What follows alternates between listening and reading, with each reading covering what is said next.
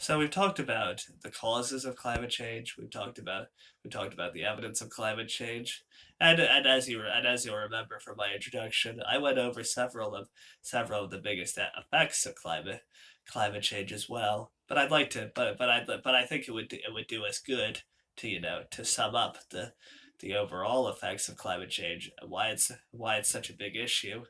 For example, the IPCC, which stands for the International Panel of Climate Change, reported that 20 to 30% of species of animal will be threatened by increases in climate change because increases in the global temperature, increases in flooding, droughts, and wildfires. It's inevitable that that's gonna destroy several ecosystems and several habitats, and without an adequate habitat, several of these animals they'll either go extinct or they'll become severely endangered. And of course, and all this and increases in temperature, like I mentioned before, that contributes to the polar ice caps melting, and it only takes a very small amount to melt a slight an only a change by 1 degree in Celsius or Fahrenheit, depending on what measurement you use. We should probably switch the metric, but that's a different subject. But but even just a slight change in the overall temperature, it can cause even just the slightest amount of the polar ice caps of melting.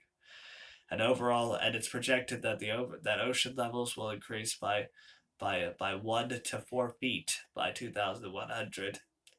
And because so much of the Earth is the ocean, it caught just a small change like that when spread out has a major impact, and the massive amounts of flooding are going to cause a lot of are going to cause a lot of damage.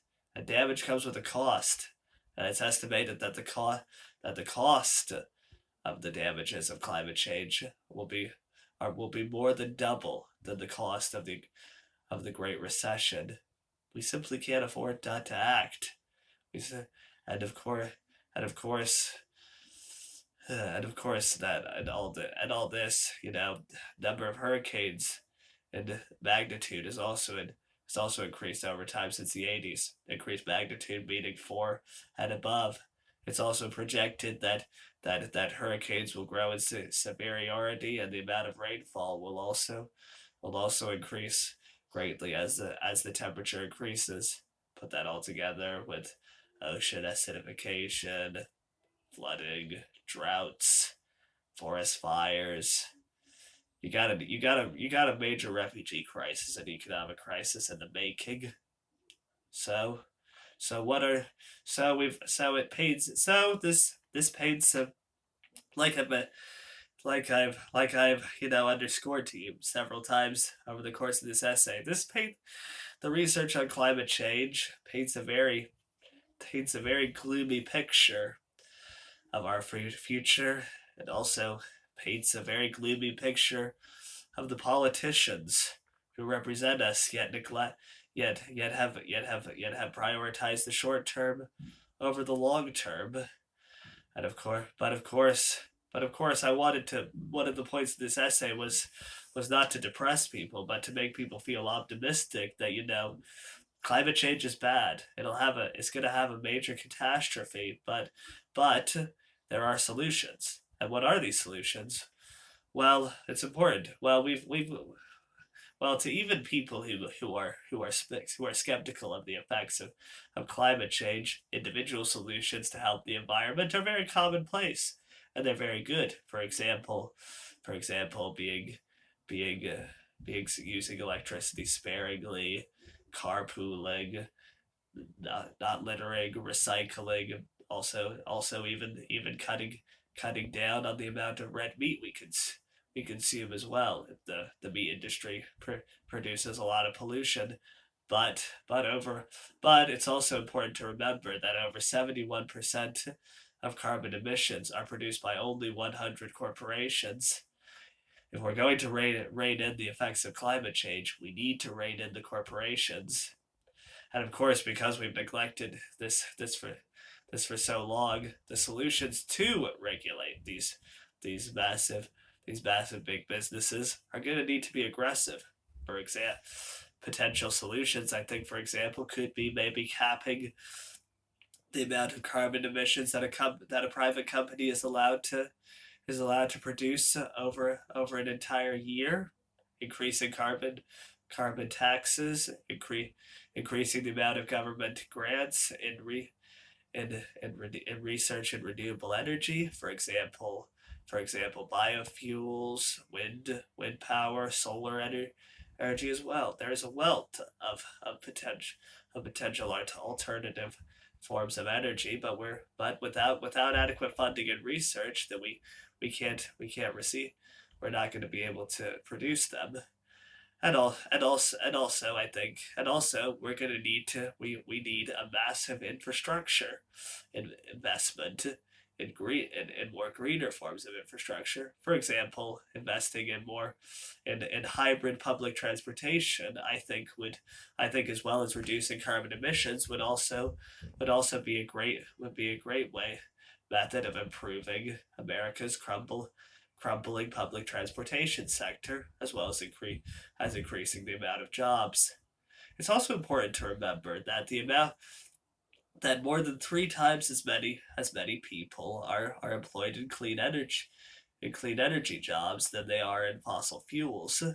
So giving a greater advantage to cleaner energy producers or fossil fuel producers leads to a greater number of people being employed, and also because these cleaner energy jobs tend to pay more.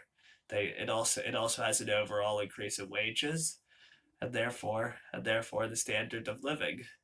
We could also we it would all I think it would also I think international pacts and accords like the Paris Agreement, which Donald Trump took the United States out of, are a very good idea, as they encourage, as you know, as like I said before, this is a collective issue, and one which the entire world needs to take part in. And the Paris Accord has significantly reduced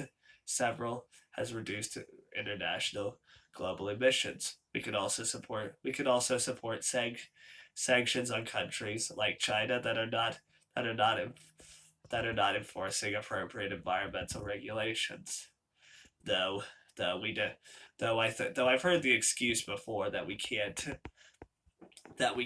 sir that we in the United States cannot invest in a greener climate because we can't do it because China won't do it, and that's the issue. But China has actually pledged to invest more than 360 billion in renewables by 2020.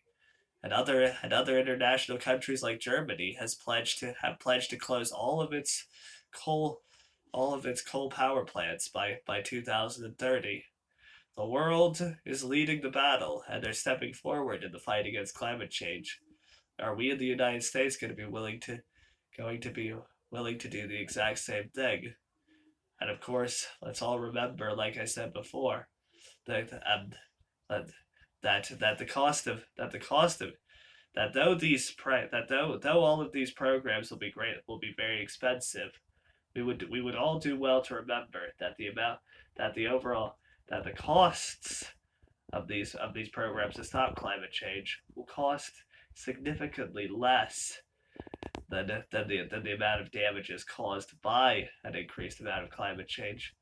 It will cost a lot in the short term, but in the long term, it will pay off, and that's what counts. And just so we would all so my message to policymakers across the world is that a better planet is a better economy.